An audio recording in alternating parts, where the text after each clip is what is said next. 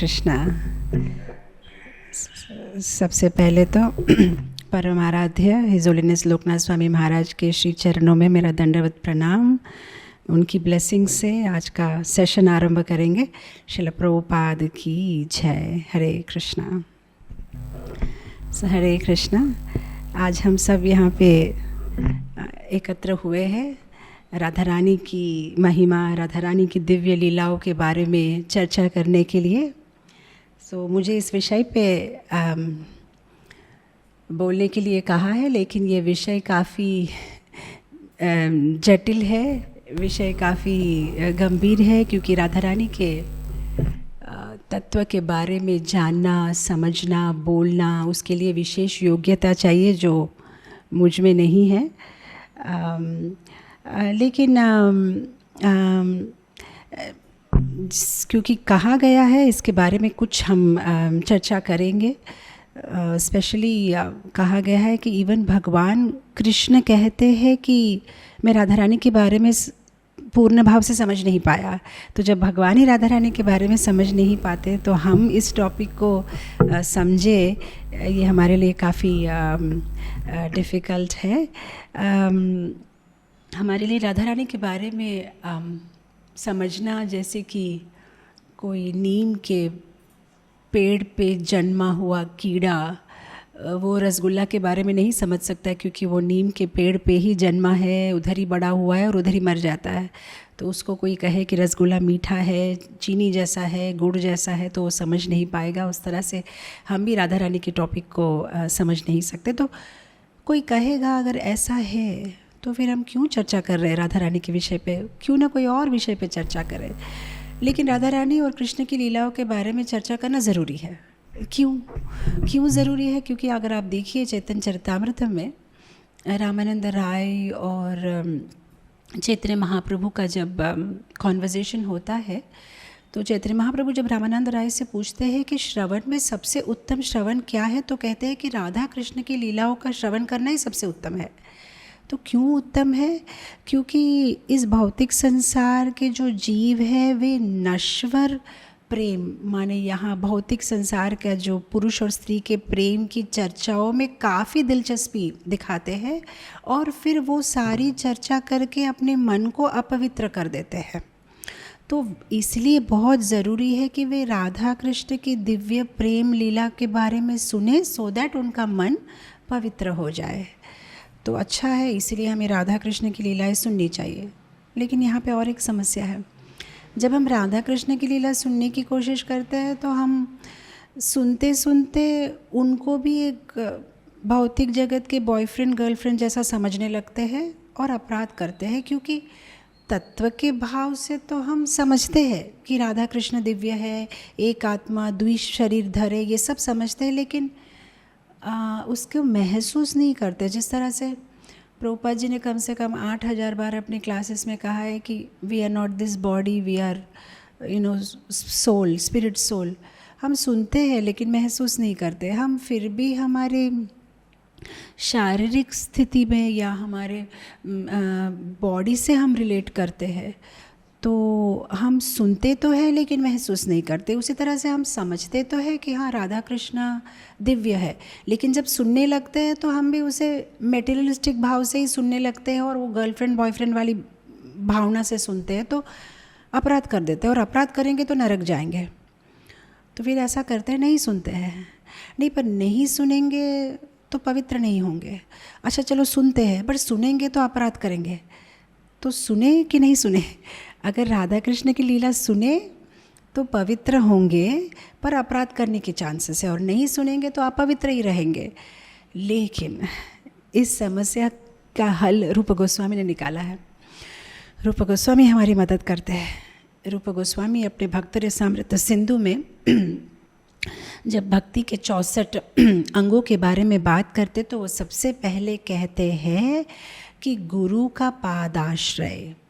सबसे पहले लो गुरु का पादाश्रय। तो गुरु का पादाश्रय लेके, गुरु का आश्रय लेके, उनसे समझ के जान के फिर हम उनकी चर्चा कर सकते हैं, बोल सकते हैं। तो इसीलिए मैं इनफैक्ट जब ये क्लास ज्वाइन करी थी तो मेरा काफ़ी संकोच हो रहा था मन में कि राधा रानी के बारे में बात करना, I mean we have to be so perfect. पर देखिए भगवान की कितनी असीम कृपा है। मुझे पता नहीं था कि महाराज लाइव रहेंगे, और अब मैं कॉन्फिडेंट हूँ कि ये क्लास बढ़िया रहेगा, कि महाराज जी की कृपा, क्योंकि गुरु पादाश्रय, जब गुरु की ब्लेसिंग होती है तब राधा रानी के टॉपिक में अब, और आज जो मैं कहने वाली हूँ या बताने वाली हूँ, अवश्य ना मुझे इसके बारे में कोई ज्ञान है ना कोई समझ है, बट तोते की तरह जो भी मैंने सुना है गुरु परंपरा से, वरिष्ठ गुरुओं से, मैं एज इट इज़ उसको रिपीट करने वाली हूँ। लेकिन अब अच्छा लग रहा है कि हाँ अब ये ठीक है, जब गुरु की ब्लेसिंग मिली है तो अब आगे हम जा सकते हैं। तो आज का ये जो विषय है, हम चर्चा करेंगे राधा रानी की दिव्य लीलाएँ, राधा कृष्ण की दिव्य लीलाएँ, क्योंकि राधा कृष्ण की दिव्य लीलाएँ जब हम ध्यान पूर्वक सुनेंगे तो हमारा मन पवित्र होगा, और इस भौतिक विषयों की ओर जो हमारा हृदय जाता है वो अब राधा कृष्ण के चरणों की ओर में जाएगा। और ये जो तिथियाँ है, जैसे अब राधाष्टमी के उपलक्ष्य में हम सब यहाँ पे जुड़े हैं, और मैंने सुना, मैंने पोस्टर देखा कि कई भक्त कुछ दिनों तक राधाष्टमी और राधा रानी के बारे में सुंदर क्लास देने वाले। ये बहुत ज़रूरी है कि जो ये पुण्य तिथियाँ होती है, ये इनका जतन से पालन करना चाहिए। भक्ति विनोद ठाकुर अपने भजन में कहते हैं, माधव तिथि भक्ति जननी जतन पालन करे। ये सारी जो तिथि है, एकादशी, राधाष्टमी, जन्माष्टमी, ये सारी बहुत इम्पोर्टेंट तिथि है, क्योंकि ये भक्ति जननी, इस तिथि के समय में भक्ति का जन्म होगा। क्योंकि हम तो इस भौतिक संसार में तैर रहे हैं, लेकिन जब ऐसी पुण्य तिथियों के टाइम पे जब हम भगवान में अपना मन और भी निवेशित करते हैं, जप करते हैं, कथा सुनते हैं, तो ये तिथि का भी एक प्रभाव है, और भगवान की भी विशेष कृपा होती है कि हमें इस संसार में तैरते हुए जीव को भगवान निकाल के अपने भक्ति के समुद्र में डाल देंगे।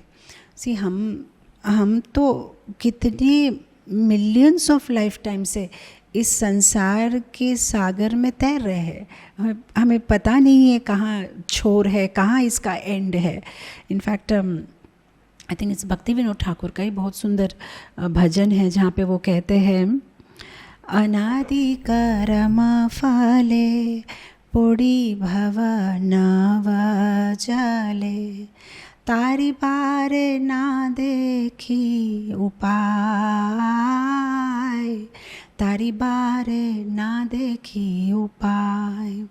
अनादि कर्म फले, अनादि मतलब इसका कोई ना एंड है, ना स्टार्टिंग डेट है, ना एंड है, पता नहीं कितने कितने सालों से अनादि कर्म फले, क्या क्या कर्म करते हैं, फिर उसका फल, फिर और कोई कर्म करते हैं। मैं क्या कर रहा हूँ, इस संसार के जल में तैर रहा हूँ, और यहाँ से कैसे बाहर निकलूँ, कोई सॉल्यूशन पता नहीं चल रहा है।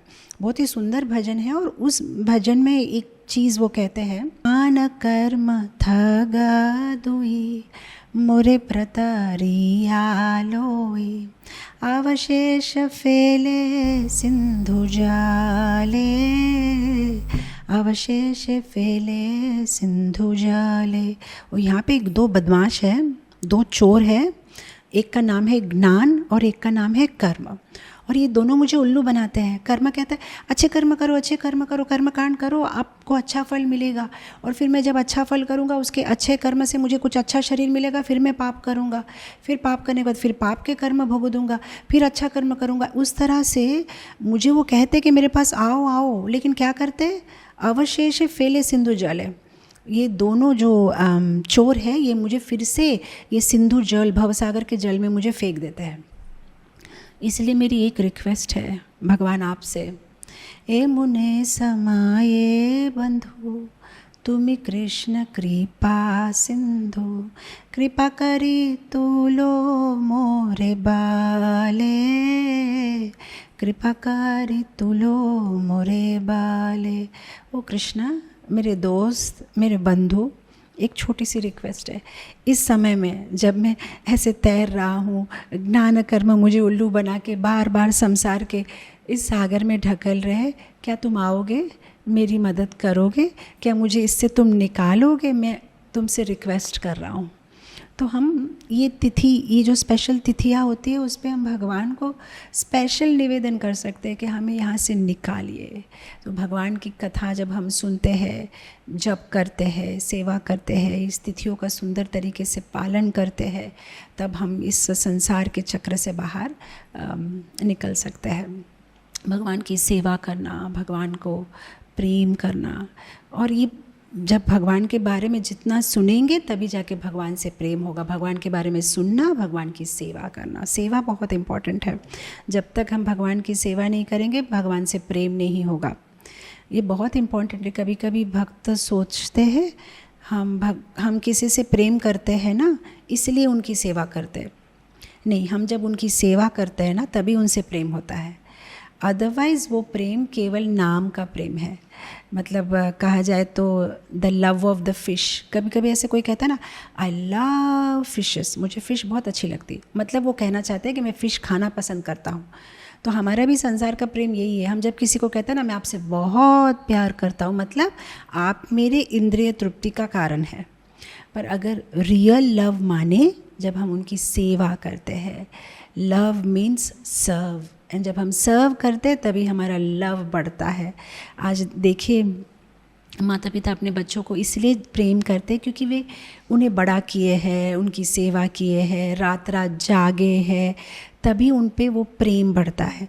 आप देखिए, एक माता जब स्कूल से अपने बच्चों को लेने जाती है, हज़ारों बच्चे हैं, सब ऐसे आ रहे हैं, सब सुंदर सुंदर है, लेकिन उसे अपना बच्चा ही दिखाई देता है, क्योंकि उसने अपना समय, अपनी शक्ति, अपना प्रेम, सब कुछ इस पे निवेश किया है। इसीलिए, क्योंकि हम लोग बहुत सेल्फिश लोग हैं। हमें हमेशा अपना आनंद चाहिए। हमारे लिए अपनी चीज़ें, अपना आनंद बहुत इम्पॉर्टेंट है। और जब हम हमारी एनर्जी, हमारा पैसा, हमारा शरीर किसी चीज़ में निवेश करेंगे जो हमें बहुत प्रिय है, तो जिसमें निवेश करेंगे वो चीज़ भी हमें प्रिय हो जाएगी। इसलिए बहुत ज़रूरी है कि हम भगवान की सेवा करें, उनके ध्यान करें। जब ऐसा करेंगे, उनको मतलब जो है उनकी सेवा में हमारा धन लगाए, शरीर लगाए, मन लगाए, तब जाके भगवान से हमें प्रेम होगा। क्योंकि जो हमारा प्रिय है, हमने भगवान में निवेश किया है। क्योंकि हमें हमारा शरीर बहुत प्रिय है, हमें हमारा समय बहुत प्रिय है, हमें हमारा पैसा बहुत प्रिय है। तो बहुत ज़रूरी है कि हम भगवान की सेवा करें। तो इसलिए मैं क्यों इस सेवा के बारे में जोर दे रही हूँ, क्योंकि आज हम ऐसे कुछ भक्तों के बारे में चर्चा करेंगे जिन्होंने ये किया है, जिन्होंने भगवान को सेवा किया है, जिन्होंने हमें बताया है कि भगवान को प्रेम करना मतलब क्या, प्रेम की परिभाषा क्या है। प्रेम की परिभाषा आचार्य बताते हैं, आत्मेंद्रिय प्रीति वांछा तारे बोले काम, कृष्णेंद्रिय प्रीति इच्छा धरे प्रेम नाम। जब हम अपने लिए काम करते हैं तो ये अपने लिए, अपना आनंद के लिए करते हैं तो ये काम है। लेकिन जब हम कृष्ण की प्रीति के लिए, कृष्ण की इच्छा पूर्ति के लिए जब हम सेवा करते हैं, तो वो धरे प्रेम नाम, ये है प्रेम। और कैसे कृष्ण को प्रेम किया जाए, कैसे कृष्ण की सेवा की है, ऐसे सुंदर भक्त, सबसे स्पेशल भक्त, कृष्ण की सेवा में सबसे उत्तम भक्त की चर्चा हम आज करेंगे। और वो आप समझ चुके होंगे अब तक कि कौन है वो कृष्ण के उत्तम भक्त, जो कृष्ण के लिए ही हंसते हैं, कृष्ण के लिए ही बोलते हैं, कृष्ण के लिए गाते हैं, कृष्ण के लिए खाते हैं, कृष्ण के लिए चलते हैं, कृष्ण के लिए ही जीते हैं, कृष्ण के लिए ही सांस लेते हैं। और वो है व्रज गोपिया।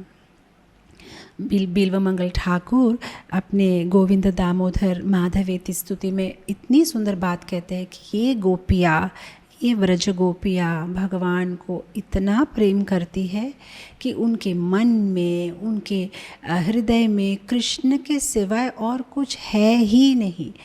वे इतने ज़्यादा कृष्णमयी है कि जब वे मथुरा जाते थे माखन या दूध या कुछ बिक्री मतलब सेल करने के लिए, तो कहना चाहिए ना, जैसे सब्जी वाले नहीं कहते ताज़ी ताज़ी सब्जी ले लो, ताज़ी ताज़ी ये ले लो, लेकिन ये गोपियाँ इतनी कृष्णमयी थी कि वे ऐसा नहीं कहते थे कि ताज़ा ताज़ा दूध ले लो, माखन ले लो, क्योंकि वे कृष्णमयी थी। वो कहते थे कृष्ण ले लो, ताज़ा ताज़ा कृष्ण ले लो। तो बिल्वमंगल ठाकुर बहुत सुंदर एक श्लोक कहते हैं, वे कहते हैं विक्रेतु कामाखिल गोपकन्या मुरारी पादार्पित चित्तवृत्ति दध्याधिकं मोहवसात् अवोचत् गोविंद दामोदर माधवेति। गोविंद को ले लो, दामोदर को ले लो, माधव को ले लो, ऐसे वो कृष्ण को सेल कर रही है मार्केट में, क्योंकि वे कृष्ण के सिवाय उनके मन में, वाणी में, स्मरण में, आँखों में, उनको हर जगह बस कृष्ण दिखाई देते हैं, कृष्ण की स्मरण होते हैं, कृष्ण के बारे में सुनते हैं और कृष्ण के बारे में बोलते हैं। और यही हमें भी करना है, या ये हमारे जीवन का गोल है, ऐसा चैतन्य महाप्रभु कहते हैं। चैतन्य महाप्रभु का मानना क्या है? आराधयो भगवान व्रजेश तन्यास तद्धाम वृंदावनम। आराधना किसकी करनी है? कृष्ण की। कौन कृष्ण है? व्रजेश तन्यास, जो व्रज के राजा है ना, नंद जी, उनका जो बेटा है ना, उनकी पूजा करो। ओ तद्धाम वृंदावनम। और सबसे उत्तम जगह इस दुनिया में क्या है? वृंदावनम। रम्या काचिदुपासना व्रजवधू वर्गे नवा कल्पिता। और कैसे करनी है उनकी उपासना? जैसे गोपियों ने की है, व्रजवधू वर्गे नवा कल्पिता। ओ श्रीमद्भागवतम प्रमाण अमलम प्रेम पुमर्थो महान श्री चैतन्य महाप्रभु मतमिदम तत्रादराना परः। बस ये चैतन्य महाप्रभु का मानना है। श्रीमद् भागवतम जो है वो अमल पुराण है, जीवन का लक्ष्य है भगवान को अनकंडीशनली प्रेम करना। कैसे उनकी उपासना करना, कैसे उनको प्रेम करना? जैसे व्रज गोपियों ने किया है। तो इसीलिए आज हम उन व्रज गोपियों के बारे में चर्चा करेंगे और उन 6.8 मिलियन, या कहा जाए तो 68 लाख गोपियाँ है, और उस गोपियों में से सबसे क्या कहते हैं, भगवान की निकट है 16,108 गोपियाँ, और उसमें से भी प्रिय है 108, और उसमें से भी प्रिय है ये 8 गोपियाँ।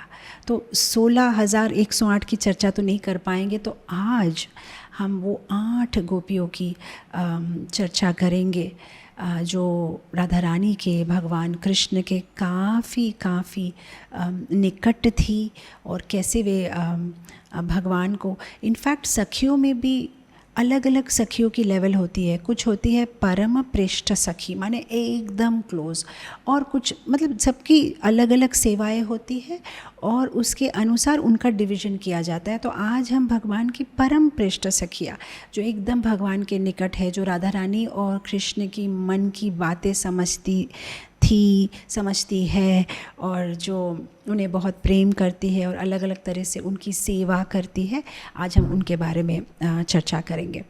तो ब्रजभूमि वृंदावन धाम की जय, परम पृष्ठ सखियों की जय, वृंदावनेश्वरी श्रीमती राधा रानी की जय, और कृष्णचंद्र भगवान की जय। तो इन सब की ब्लेसिंग से हम अब आज के टॉपिक में अब एंटर करेंगे।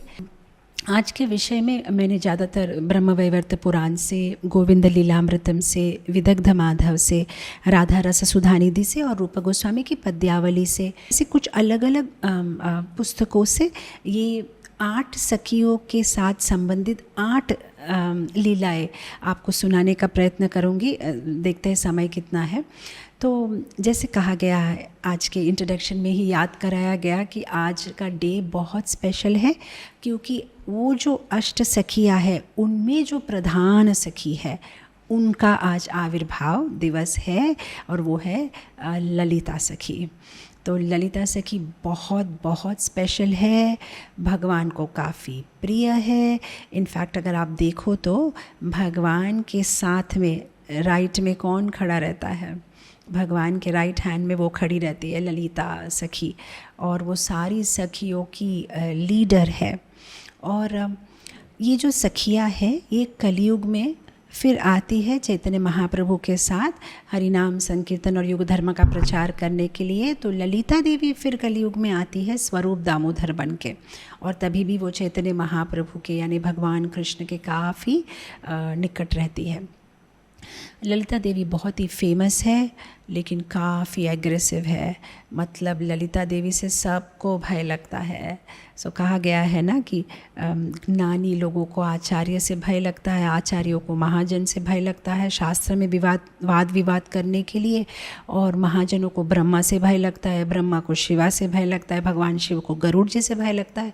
गरुड़ जी विष्णु जी के साथ नहीं पार सकते शास्त्र के वाद विवाद में, और विष्णु जी लक्ष्मी जी के साथ नहीं पार सकते, और लक्ष्मी जी सरस्वती देवी के साथ नहीं पार सकते, और सरस्वती देवी कृष्ण के साथ नहीं पार सकते, और कृष्ण ललिता से नहीं पार सकते। वे ललिता से डरते हैं, ललिता से वाद विवाद में कृष्ण हमेशा हार जाते हैं। तो आज उन ललिता देवी के बारे में हम डिस्कस करेंगे, कैसे ये ललिता देवी श्रीमती राधा रानी की नित्य रंग सखी है, हमेशा उनके साथ रहती है। उनका शरीर का रंग गोराचन माने गोमूत्र के जैसा है, गोमूत्र के जैसा है। और वो हमेशा कैसे कपड़े पहनती है, मयूर पाख का जो रंग है वैसे वे कपड़े पहनती है। उनकी मदर माँ का नाम है शारदा देवी, पिताजी का नाम है विशोखा, उनके पति का नाम था भैरव, और ललिता सखी की आयु है 14 साल 8 महीना 27 दिन, और वो भी यावत में रहती है। तो ललिता देवी के संबंधित एक लीला ये है कि पितृपक्ष में साधारण तो घर में सब श्राद्ध वगैरह या पूजा करना या एंसेस्टर्स के लिए, पूर्वज के लिए बहुत सारी सेरेमनीज़ होती है। तो जब राधा रानी की शादी हो गया और वे अभिमन्यु के घर यावत चले गए, तो अब वे कृष्ण के विरह में थे, तो वे कृष्ण से मिलना चाहते थे। लेकिन ये 15 दिन जो पितृपक्ष का है उन्हें बाहर जाना मना था, अदरवाइज़ वे सूर्य पूजा के नाम पे या किसी और बहाने से वे चले जाते थे कृष्ण को मिलने के लिए। लेकिन पितृपक्ष में उसको बाहर जाना मना था। तो अब वे रो रही है, तो ललिता उनके पास में आती है, कहते राधा रानी क्यों रो रही हो? नहीं, मुझे तो कृष्ण से मिलना है, आप क्या करें? तो ललिता देवी एक उनकी स्पेशलिटी ये है कि राधा रानी कभी भी अगर दुखी है या मन में कोई उनका दुख है या कृष्ण के विरह में वे रो रही है, तो ललिता देवी जहाँ भी हो वहाँ पे वो आ जाती है, वो प्रत्यक्ष हो जाती है। तो ललिता देवी कहती है ठीक है राधा, मैं अभी इसका कोई सॉल्यूशन निकालती हूँ। तो ललिता देवी पूरा प्लान बनाती है पूर्णमासी के साथ, और फिर वे आती है, उनकी जो सास है जटिला, सो उनसे आके कहती है कि मैं राधा रानी को ले चलती हूँ, हमें पूजा के लिए जाना है।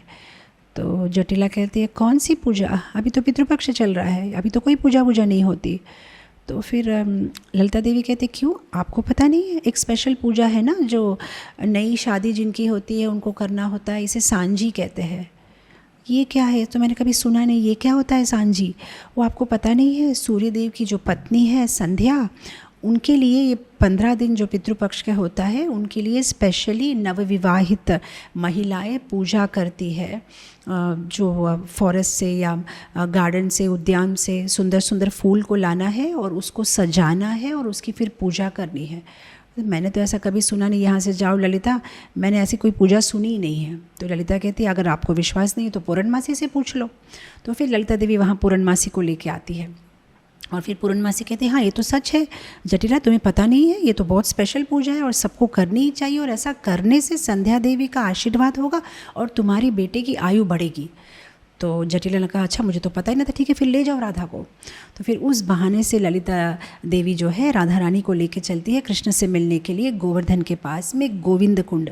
तो गोविंद कुंड के आसपास ललिता देवी की आंखें ढूंढ रही है कि कृष्ण कहाँ है। तो दूर से दिखाई देते हैं कि कृष्ण वहाँ पे सो रहे हैं, मधुमंगल के साथ में गायें चर रही है और भगवान जो है एक वृक्ष के नीचे आराम कर रहे हैं। तो ललिता देवी राधा रानी से कहती है, राधा देखो गोविंद कुंड के उस पार कुछ काले नीले सुंदर सुंदर फूल दिखाई दे रहे हैं, चलो हम उधर चलते हैं। तो राधा रानी को लेके चलती है और जैसे ही वो वहाँ पे प्रवेश करती है कृष्ण की नींद उड़ जाती है और वो देखते कि ये कौन है। तो साथ ही साथ में कृष्ण कहते, ओह यहाँ कौन आया है? ओ मैं ललिता हूँ। ओ तुम यहाँ क्यों आई हो? मैं कुछ फूल लेने आई हूँ, यहाँ से तुम फूल नहीं ले सकती हो, ये सारा जंगल मेरा है, ये फूल मेरे हैं। तो उस तरह से जो है कृष्ण ललिता के साथ में जो है तर्क करना आरंभ करते हैं और ललिता कहते ये जंगल तुम्हारा कब से हो गया? तो दोनों जब ऐसे तर्क कर रहे हैं तो कृष्ण कहते हैं तुम्हारे पीछे ये कौन है? कोई सुंदर सी गोपी खड़ी है, इसका नाम क्या है? ये गूंगी बहरी है क्या? बोल नहीं पाती क्या? कुछ बोल क्यों नहीं रही है? तो ललिता कहती है कि ये किसी से बोलती नहीं है और ऐरे गहरे लोगों से तो बिल्कुल बात नहीं करती है। तो तुम यहाँ से जाओ, हमें बहुत काम है, आज शाम को हमारी पूजा है, हम पूजा के लिए फूल लेने के लिए आए हैं। तो फिर से कृष्ण उनको रोकते हैं, लेकिन मैं तुमको फूल लेने नहीं दूंगा। तो जब ये सारी बातें चल रही है, राधा रानी के आँखों से पानी निकल रहा है, मतलब आंसू निकल रहे हैं, क्योंकि इतने दिनों के बाद जो उन्होंने कृष्ण को देखा है तो उनकी जो आंसू है वो सारे नीचे गिर रहे हैं और एक एक आंसू में कृष्ण का प्रतिबिंब दिख रहा है। तो राधा रानी अपना जो है नीचे करे हुए है अपना सिर और एक एक अपनी आँखों के अश्रु के जो बूंद है उसमें कृष्ण का प्रतिबिंब देख रही है और खुश हो रही है कि कम से कम कृष्ण को देख पा रही है। और कृष्ण ललिता के साथ में तर्क कर रहे हैं और फाइनली ललिता कहती है कि मैं यहाँ क्यों आई? मुझे लगा था कुछ सुंदर यहाँ पे फूल होंगे, लेकिन यहाँ पे फूल नहीं है, यहाँ पे तो एक कौवा है जो काका कर रहा है और मेरे सिर में दर्द हो रहा है इस कौवे के वजह से।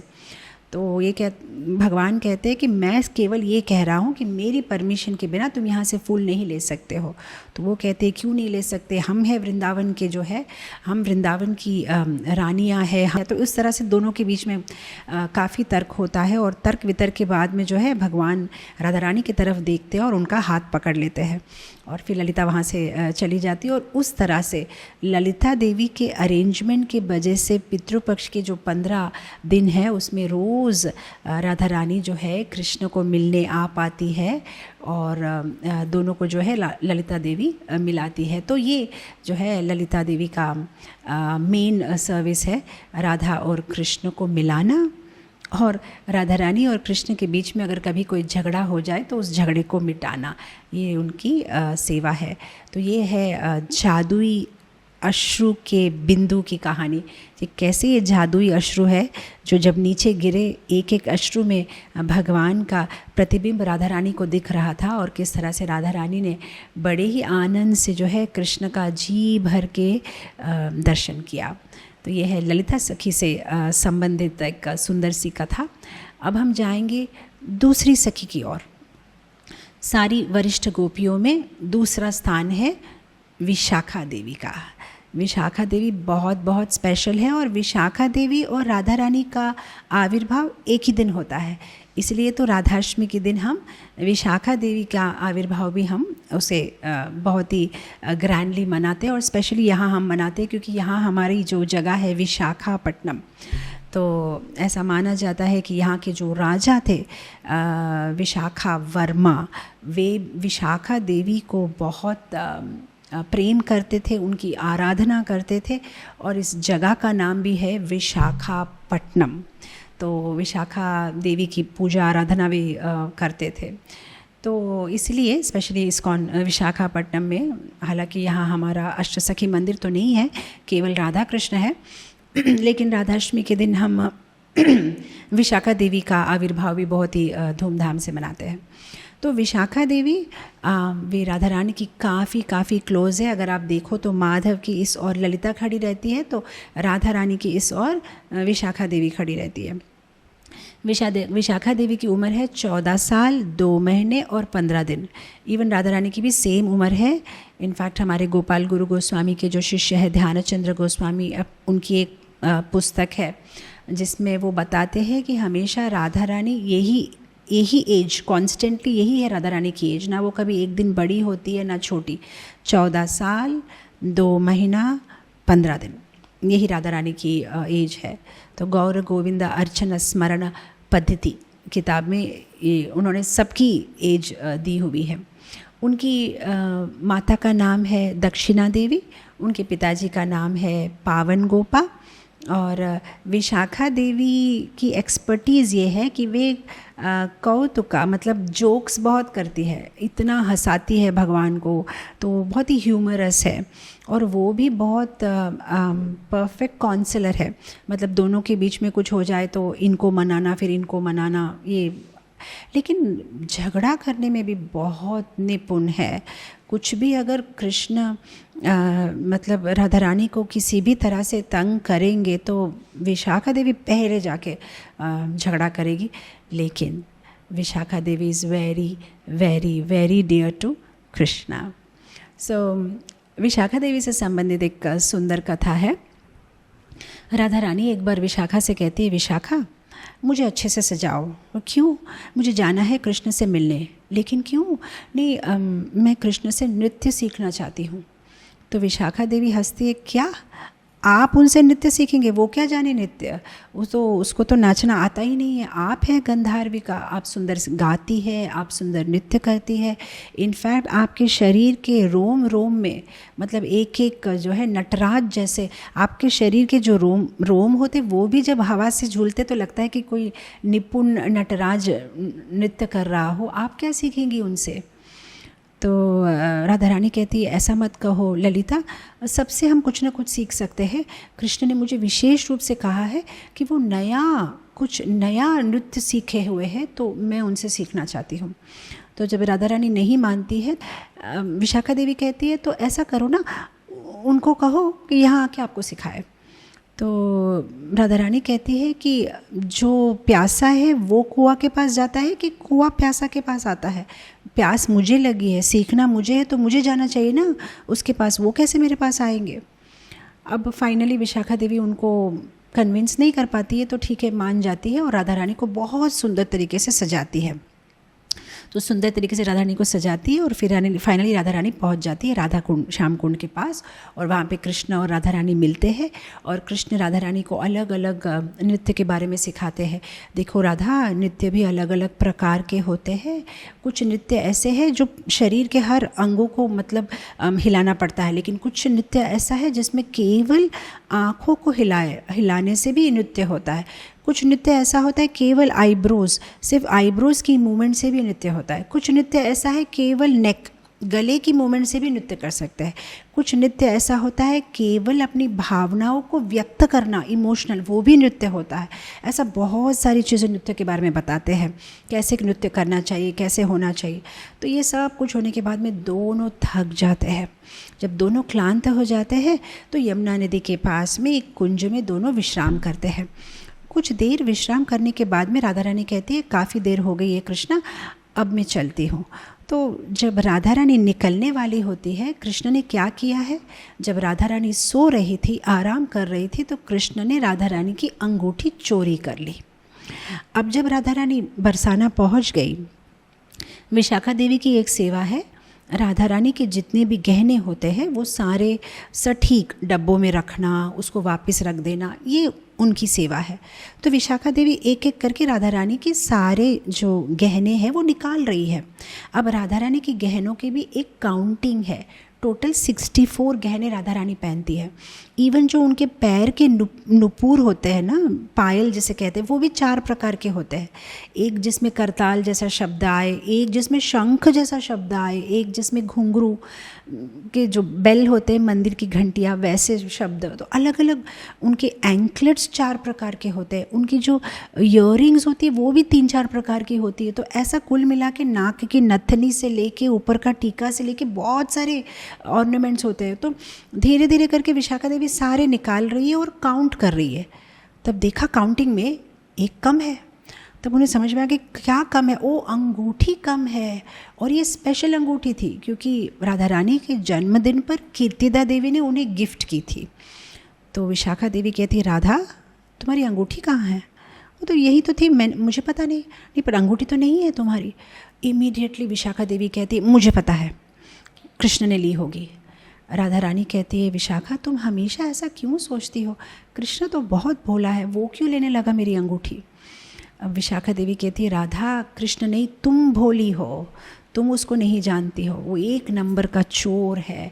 वो इतना निपुण चोर है कि अगर कोई गोपी उसके पास से निकल जाए तो वो गोपी के जाने बिना उसके आँख का काजल भी वो चोरी कर लेगा, ऐसा है वो चोर।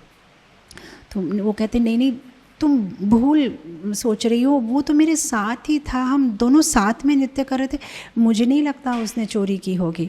और विशाखा देवी कहते ओ राधा, तुम बहुत भोली हो। जो माखन चोरी कर सकता है, जो हमारे कपड़े चोरी कर सकता है, जो तुम्हारा हृदय चोरी कर सकता है, जो इवन बादल का रंग भी चोरी कर लेता है, और जो उसका नाम ले उसके सारे पाप चोरी कर सकता है, उसके लिए तुम्हारी अंगूठी चोरी करना कोई बड़ी बात नहीं है। तुमसे बात करना कोई फ़ायदा नहीं, मैं जाती हूँ पहले कृष्ण के पास, तुम्हारी अंगूठी लेके आती हूँ। राधा रानी को वहाँ पे वो छोड़ के विशाखा गुस्से से बाहर निकलती है और भागती है हर जगह, कहाँ है कृष्ण। फाइनली दिखाई देते हैं कृष्ण गोविंद कुंड के पास में, वो गाय चरा रहे हैं। सीधा विशाखा जाती है और कहती है दे दो। क्या दे दो? क्या दे दो? राधा रानी की अंगूठी दे दो, ज़्यादा ड्रामा मत करो, मुझे पता है ये तुम्हारे पास है।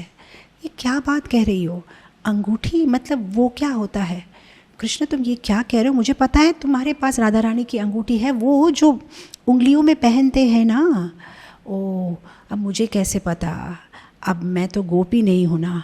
आप लोग कितना कुछ पहनते हो, कान में कुछ पहनते हो, नाक में कुछ पहनते हो, अरे टोज़ में कुछ पहनते हो, उंगलियों में पहनते हो, मुझे कैसे पता चलेगा क्या गुम गया, क्या कहाँ पहना?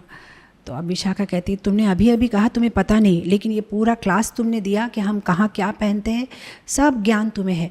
नहीं नहीं, ये तो सामान्य ज्ञान है, आप लोगों को देख के मैं समझ पाता हूँ कि कुछ ना कुछ यहाँ वहाँ पहनती है, लेकिन उसका नाम क्या है वो सब मुझे नहीं समझ में आता है। कहती ये सारी बातें मत करो, पहले राधा रानी की अंगूठी वापस दो, वो काफ़ी स्पेशल अंगूठी है। तो कृष्ण कह रहे हैं मैं सच कह रहा हूँ, मुझे पता नहीं है कौन सी अंगूठी की बात कर रहे हो। अब विशाखा कहती है तुमसे तर्क करना लाभ नहीं है, चलो राधा रानी के पास। तो कृष्ण कहते हैं विथ माई प्लेजर, लेके चलो राधा रानी के पास मुझे। तो राधा रानी के पास में लेके चलते हैं। वहाँ पे राधा रानी सारी सखियों के साथ में बैठी हुई है और विशाखा कृष्ण को खींचते हुए लेके आती है, देखो ये रहा तुम्हारा चोर, कहो इसे तुम्हारी अंगूठी देने के लिए। अब राधा रानी कुछ नहीं कहती है, कृष्ण की ओर देखती है। अब विशाखा कहती इससे नहीं होगा, सारी सखियों को बोलती इसको पूरा ऊपर से नीचे ढूंढो, ज़रूर कहीं छुपाया होगा। तो सारी गोपियाँ मिलके भगवान को फ्रिस्किंग करती, जैसे हमारी नहीं होती एयरपोर्ट में फ्रिस्किंग, मतलब ऊपर से नीचे सब, कहाँ कुछ तो छुपाया नहीं, वैसे भगवान के कोई हाथों में कोई ऐसे गुदगुदी कर रहा है, कोई कान के पास में, कोई यहाँ, हर जगह जो ढूंढ रहे कि कहाँ है राधा रानी की अंगूठी, कहीं पीछे लगाई है, कहीं तुम्हारे घुंघरालू बाल के अंदर में लगा छुपा दी है क्या। तो उस तरह से ढूंढते ढूंढते ढूंढते भगवान की कमर में धोती को थोड़ा सा मोड़ के राधा रानी की अंगूठी रखी हुई थी, तो सीधा निकालते हैं राधा रानी की अंगूठी। और जैसे ही कृष्ण की धोती से वो अंगूठी मिलती है, वैसे ही राधा रानी एकदम शॉक, कृष्णा तुमने मेरी अंगूठी सच में चोरी की थी? मुझसे, मैं तो विश्वास नहीं कर पाई, मैं तुमसे और कभी बात नहीं करूँगी, ऐसा मतलब कह के राधा रानी गुस्सा होकर वहाँ से चली जाती है। और विशाखा और सारी सखियाँ कहती अब आई, अब तुम्हें सही पनिशमेंट मिला, राधा रानी तुमसे कभी बात नहीं करेगी, तुम यहाँ से चले जाओ। तो फिर अंगूठी लेके वे सब चले जाते हैं। अब कुछ दिन तो राधा रानी मान करती, लेकिन राधा रानी तो कृष्ण के बिना रह नहीं पाएगी, उनको देखे बिना, और कृष्ण भी उनको देखे बिना रह नहीं सकते। तो अब एक दिन राधा रानी कह रही है विशाखा अब बहुत दिन हो गए, अब ये सब छोड़ते हैं, अब मैं कृष्ण से मिलना चाहती हूँ। तो विशाखा कहते ऐसे कैसे छोड़ देंगे, बदला तो लेना पड़ेगा, उसने जो तुम्हारे साथ किया है हमें उसका बदला लेना चाहिए। राधा रानी कहते कैसे ले बदला, उसने क्या किया था, चोरी की थी ना, हम भी चोरी करेंगे। क्या चोरी करेंगे, हम उसका सब कुछ चोरी करेंगे। राधा रानी कहती मुझे नहीं आता चोरी वोरी करना। विशाखा कहती तुम्हें कुछ करने की ज़रूरत नहीं है, मेरे साथ चलो, मैं एक प्लान बनाती हूँ, हम भी कृष्ण की चीज़ें चोरी करेंगे। राधा रानी कहती है ठीक है, पर उसके बाद फिर मिट माट हो जाएगी ना, फिर मैं उनसे बात कर हाँ, उसके बाद तुम कृष्ण से बात कर सकती हो, लेकिन पहले बदला लेना ज़रूरी है। कहते ठीक है। तो एक दिन वे जाते हैं, भगवान गोविंद कुंड के पास में विश्राम कर रहे हैं। अब भगवान का एक सिस्टम था, मधुमंगल जो उनके जो अलग अलग सखा होते थे, भगवान को बहुत प्यार करते हैं, वे भगवान की सेवा करना चाहते हैं, लेकिन ठाकुर जी इतने चंचल है, 1 मिनट यहाँ तो 1 मिनट वहाँ। तो मधुमंगल बहुत स्मार्ट था। जब वो जाता था भगवान के साथ गाय चराने के लिए, और कभी अगर गोविंद कुंड में वे दोनों विश्राम करते थे वृक्ष के नीचे, तो मधुमंगल क्या करता था, अपना पैर और कृष्ण का पैर दोनों को बांध लेता था रस्सी से, या अपना जो उत्तरी होता है उससे बांध लेता था, सो दैट अगर कृष्ण की नींद मधुमंगल से पहले खुल गई और कृष्ण अगर थोड़े से हिलेंगे तो मधुमंगल को पता चल जाएगा और वो सीधा उठ जाएगा और कृष्ण की सेवा में तैयार रहेगा। तो मधुमंगल और कृष्ण दोनों के पैर बांधे हुए हैं, दोनों वृक्ष के नीचे आराम कर रहे हैं। अब राधा रानी और विशाखा वहाँ आती है। अब विशाखा देवी जो है उनको बहुत सुंदर ज्ञान है हर्ब्स के बारे में। अब वृंदावन के जो फॉरेस्ट है उसमें बहुत अलग अलग हर्ब्स है, और एक पर्टिकुलर हर्ब ऐसा है कि अगर आप उसको किसी के नाक के पास में ले जाओगे तो कुछ समय के लिए वो मूर्छित हो जाएंगे, मतलब वो एकदम गहरी नींद में चले जाएंगे। तो विशाखा क्या करती है, वो सारे जो हर्ब्स हैं वृंदावन के फॉरेस्ट से, वो सारे हर्ब्स औषधि अपने हाथ में, वो जो अलग अलग टाइप के जो फूल है जिसको सूंघने से एकदम गहरी नींद में चले जाएंगे, उसको हाथ में पकड़ के लाती है और धीरे से मधुमंगल के नाक के पास, धीरे से भगवान कृष्ण के नाक के पास में रखती है, और उसकी स्मेल से जो है दोनों गहरी नींद में चले जाते हैं। अब विशाखा देवी और राधा रानी सब कुछ चोरी करते हैं। भगवान का जो मोर पंख होता है, उनकी जो फ्लूट होती है, उनकी जो पीताम्बरी कपड़ा होता है, उनकी जो हर्डिंग स्टिक होती है, जो भी उनकी मतलब हर एक चीज़ भगवान की, उनकी वेणु फ्लूट सारी चोरी कर लेते हैं और उस सबको एक कपड़े में डालते हैं। जो उनकी चुन्नी होती है ना, जैसे गर्ल्स पहनती है, उसको बांधते हैं और फिर राधा रानी को पकड़ के दोनों भागते हैं। भागते भागते आधा जाके विशाखा बोलती, एक इम्पॉर्टेंट चीज़ मैं भूल गई, मैं अभी आती हूँ। राधा रानी कहती है वापस मत जाओ, पकड़ी जाओगी, नहीं कुछ नहीं होगा, ये ज़रूरी है। और वापस जाती है और फिर मधुमंगल की मूंछ को आधा काट के फिर भागती है। राधा रानी कहती है क्या किया तुमने? मैंने मधुमंगल की आधी मूंछ काट दी। वो बहुत बदमाशी करता है, इतना बकबक करता है वो ब्राह्मण, उसको सही पनिशमेंट मिला है। और मूंछ काटने के बाद में दोनों राधा रानी और विशाखा इतना हंसते और भाग के जो है बरसाने के पहाड़ पे चढ़ जाते हैं और अपने अपने जो है कमरों में चले जाते हैं। अब यहाँ पे कुछ देर बाद जब वो फूल जो औषधि है उसका जब ये कम हो जाता है प्रभाव, तो भगवान उठते हैं और उठ के सीधा मधुमंगल को देखते हैं और हंसने लगते हैं। कहते हैं मधुमंगल देखो किसी ने तुम्हारी मूंछ काट दी है। मधुमंगल कहता है मेरी तो मूंछ काटी है कान्हा, तुम्हारा तो सब कुछ गया। देखो तुम्हारा ना मोर पंख है, तुम्हारा ना वेणु है, सब गया, किसी ने चोरी की है। और दोनों एक साथ में बोलते हैं राधा ने ही की है, बदला लिया है, क्योंकि हमने उनकी चीज़ ली थी, मैंने उनकी अंगूठी ली थी, उन्होंने मेरी सारी चीज़ ले ली, अब क्या करें। अब मधुमंगल तो काफ़ी स्मार्ट है। इनफैक्ट बहुत बार जब मैं ये कथा सुनाती हूँ तो भक्त कहते पर माता जी ये तो सारे छोटे बच्चे थे, मूंछ कहाँ से आ गई। पर मधुमंगल जो है, कहा गया है कि वे भगवान कृष्ण से 8 years 56 days बड़े थे, तो उनकी मूंछ थी। तो मधुमंगल बहुत स्मार्ट ब्राह्मण है, तो वो कहते कृष्ण को मेरे पास में एक प्लान है, चिंता मत करो, हम कुछ करेंगे, हमारी चीज़ें हम ज़रूर वापस लेंगे। तो अब दोनों प्लान बना के एक सखी का वेश धारण करते हैं।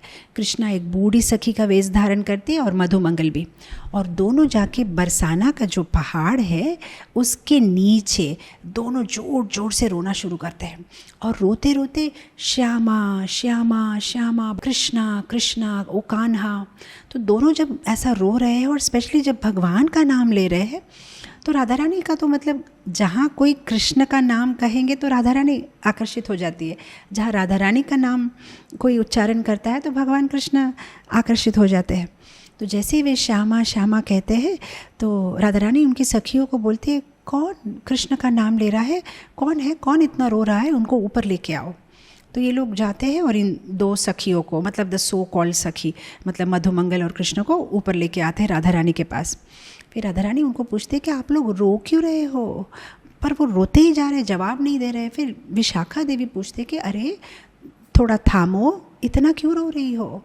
तब मधुमंगल बोलता है, क्या कहूँ मैं सखी, मेरी जो ये सखी है ये कृष्ण के प्रेम में जो है पागल हो चुकी है, कृष्ण को देखे बिना एक पल भी नहीं रह सकती है, वो कृष्ण कृष्ण कृष्ण कह कह के रो रही है और हमें कृष्ण के दर्शन नहीं हो रहे हैं। तो जैसे राधा रानी ये बात को सुनती है, राधा रानी तो परम दयालु है और उनका तो ये काम ही है सबको कृष्ण से मिलाना। तो राधा रानी कहती है कि अब क्या करें, मैं तो कृष्ण से बात नहीं कर रही हूँ और कृष्ण की सारी चीज़ें तो मैं चोरी करके आई हूँ, अब तो मैं उनको कृष्ण के पास ले नहीं जा सकती, अब मैं क्या करूँ।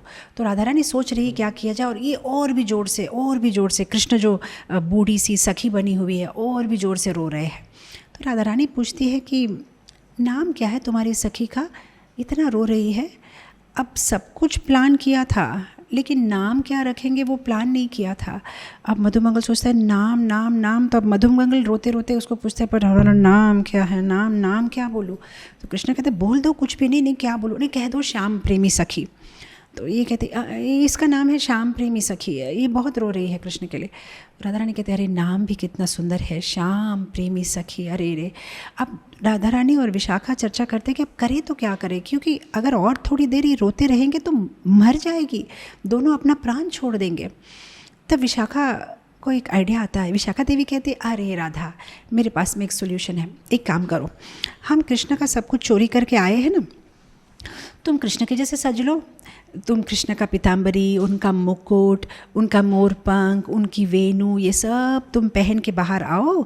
तो उस तरह से जो है वे कृष्ण को देखा ऐसा उनको जो है फील होगा, कम से कम कुछ क्षण के लिए जो है वो शांत हो जाएंगी। तो राधा रानी ने कहा ये बहुत अच्छी आइडिया है।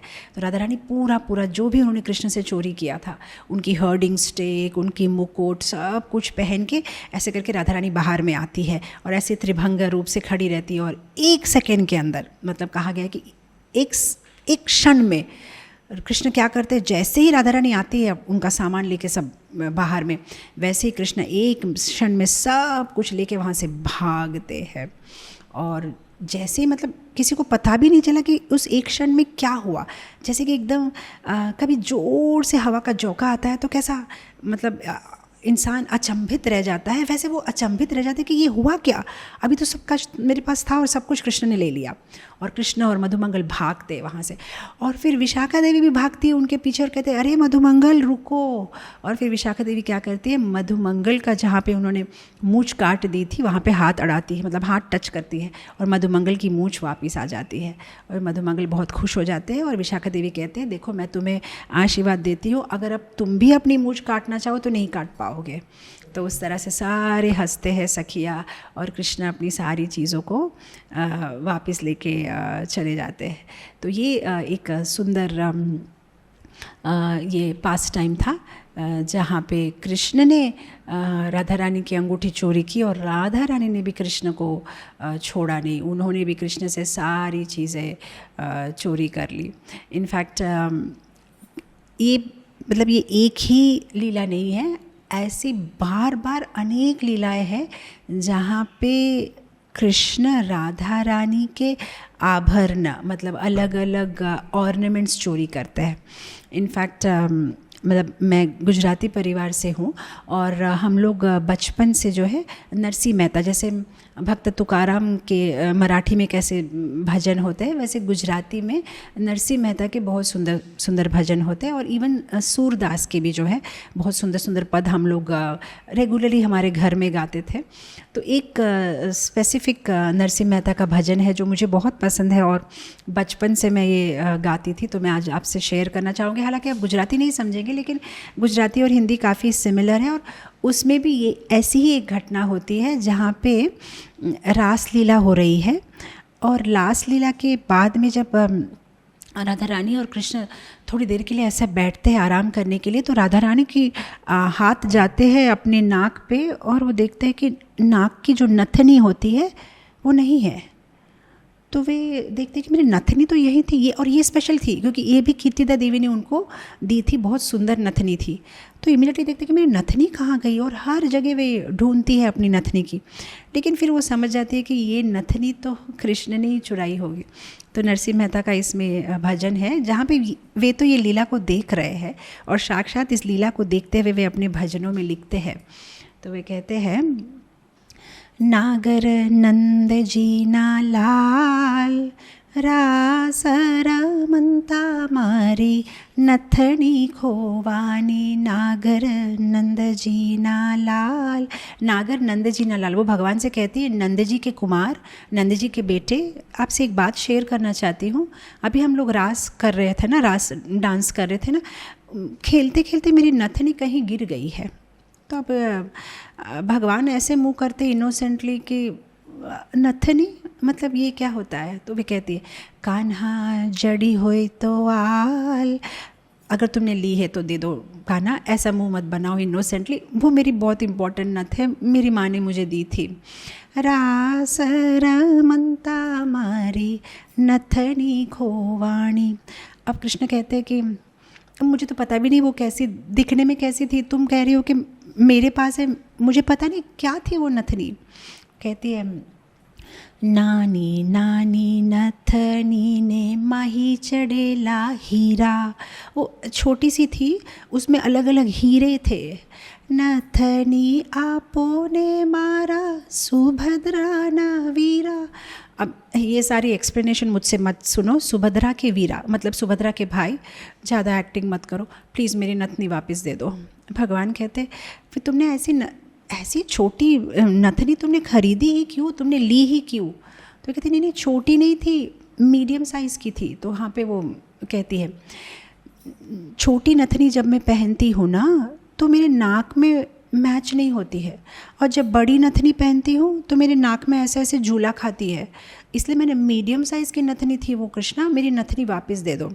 नानेरी पहरू तो मारे मुखे ना शोभाए, मोटेरी पहरू तो मारे मुख पर झोला खाए। मारी नथनी खोवानी नागर नंद जी ना लाल, रास रमंता मारी नथनी खोवानी, प्लीज़ वापस दे दो।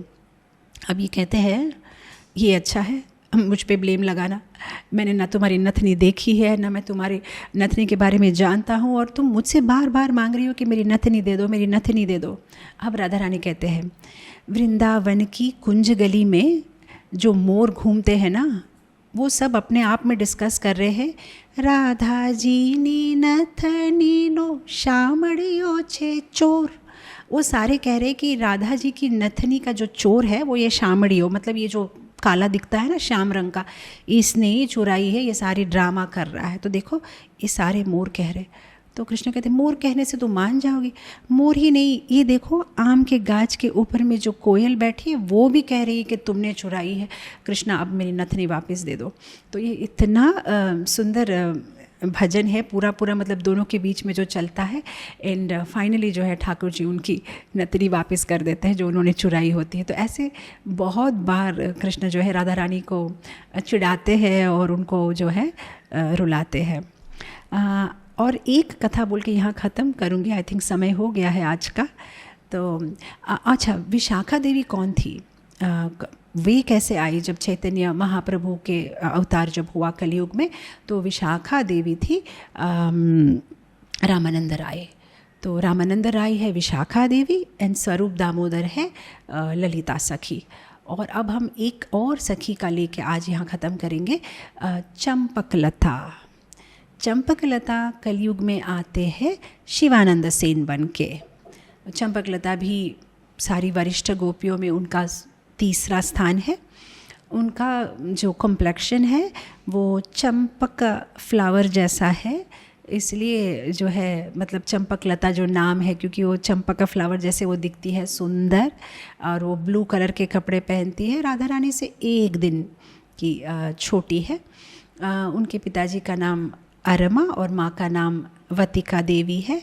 और चंपकलता देवी किस चीज़ में एक्सपर्ट है, सारे फ्रूट्स फ्लावर्स वृंदावन के जो फॉरेस्ट में वो सारे जमा करना, इस चीज़ों में, और कुकिंग, बहुत सुंदर कुकिंग करती है। इनफैक्ट उनका नाम है, उनका पेट नेम है मिष्टी हस्त, मतलब इतनी जो भी बनाती है इतना मीठा, इतना अच्छा बनाती है और इतनी सुंदर सुंदर टाइप की स्वीट्स बनाती है कि उनका नाम ही है मिष्टी हस्त, जिनके हाथ बहुत मीठे हैं। और अलग अलग चीज़ों को क्ले से बनाना, इसमें भी इनका बहुत एक्सपर्टीज़ है। तो यहाँ पे क्या होता है, इनफैक्ट ये जो मैं लीला बताने वाली हूँ, ये आप ये पुस्तक जानते होंगे भक्तमाल, जो भक्त नभाग ने जो लिखी है। इसमें बहुत सुंदर सुंदर कहानियाँ होती हैं। जो उनके जो ग्रैंड सन थे प्रियदास, इन्होंने इस वृत्तांत को विस्तार से बताया है। तो एक बार ऐसा होता है कि चंपकलता देवी जो है वे सूर्य पूजा के लिए यमुना नदी के पास में जाती है, पानी भरने के लिए अपना मटका लेके जाती है कि पानी भरूंगी, सो दैट सूर्य पूजा के लिए फ्लावर्स, वाटर, ये सब अरेंजमेंट उनका सेवा था।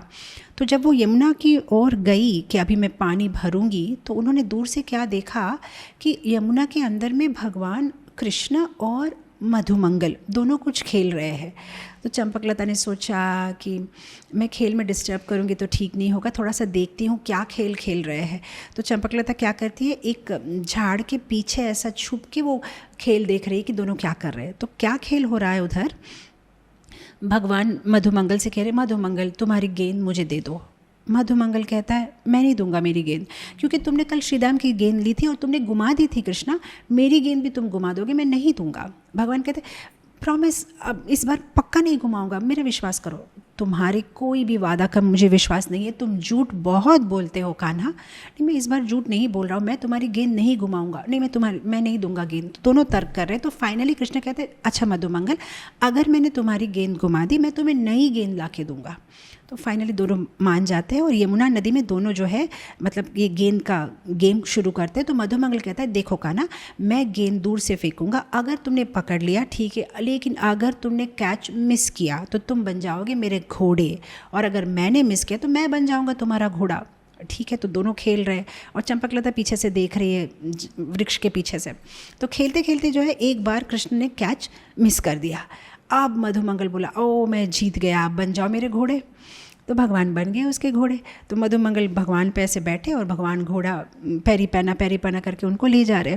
तो दोनों बहुत ही सुंदर से खेलते खेलते यमुना से थोड़े दूर तक चले गए। तो अब चंपकलता सोच रही अरे और कितनी देर खड़ी खड़ी ये लीला देखूंगी, मेरे भी तो बहुत सारे काम है। तो वो जाती है यमुना के पास में और उसका जो मटका है उसको पानी भरती है। लेकिन मटका जब खाली होता है तो भारी नहीं होता, लेकिन जब पानी से भरते हैं तो काफ़ी भारी हो जाता है। तो मटके में जब पानी भर लेती है तो भर तो लिया, पर उसको उठा के सिर पे रखने के लिए किसी की मदद चाहिए। तो वो शुरू करती ए मदन मोहन, कृष्ण को बुलाती है कि जरा यहाँ आओ। अब कृष्ण कहते हैं मधुमंगल को, हे मधुमंगल, मदन मोहन कोई कह रहा है, मुझे बुला रहा है, मुझे जाने दो। मधुमंगल कहता है तुमने मुझे उल्लू समझा है, तुम मेरे घोड़े बने हो और इसलिए तुम कह रहे हो कि मुझे कोई बुला रहा है, मैं नहीं भेजूंगा तुमको, तुम मेरे घोड़े हो, मुझे आगे लेके चलो, चल मेरे घोड़ा आगे चलो।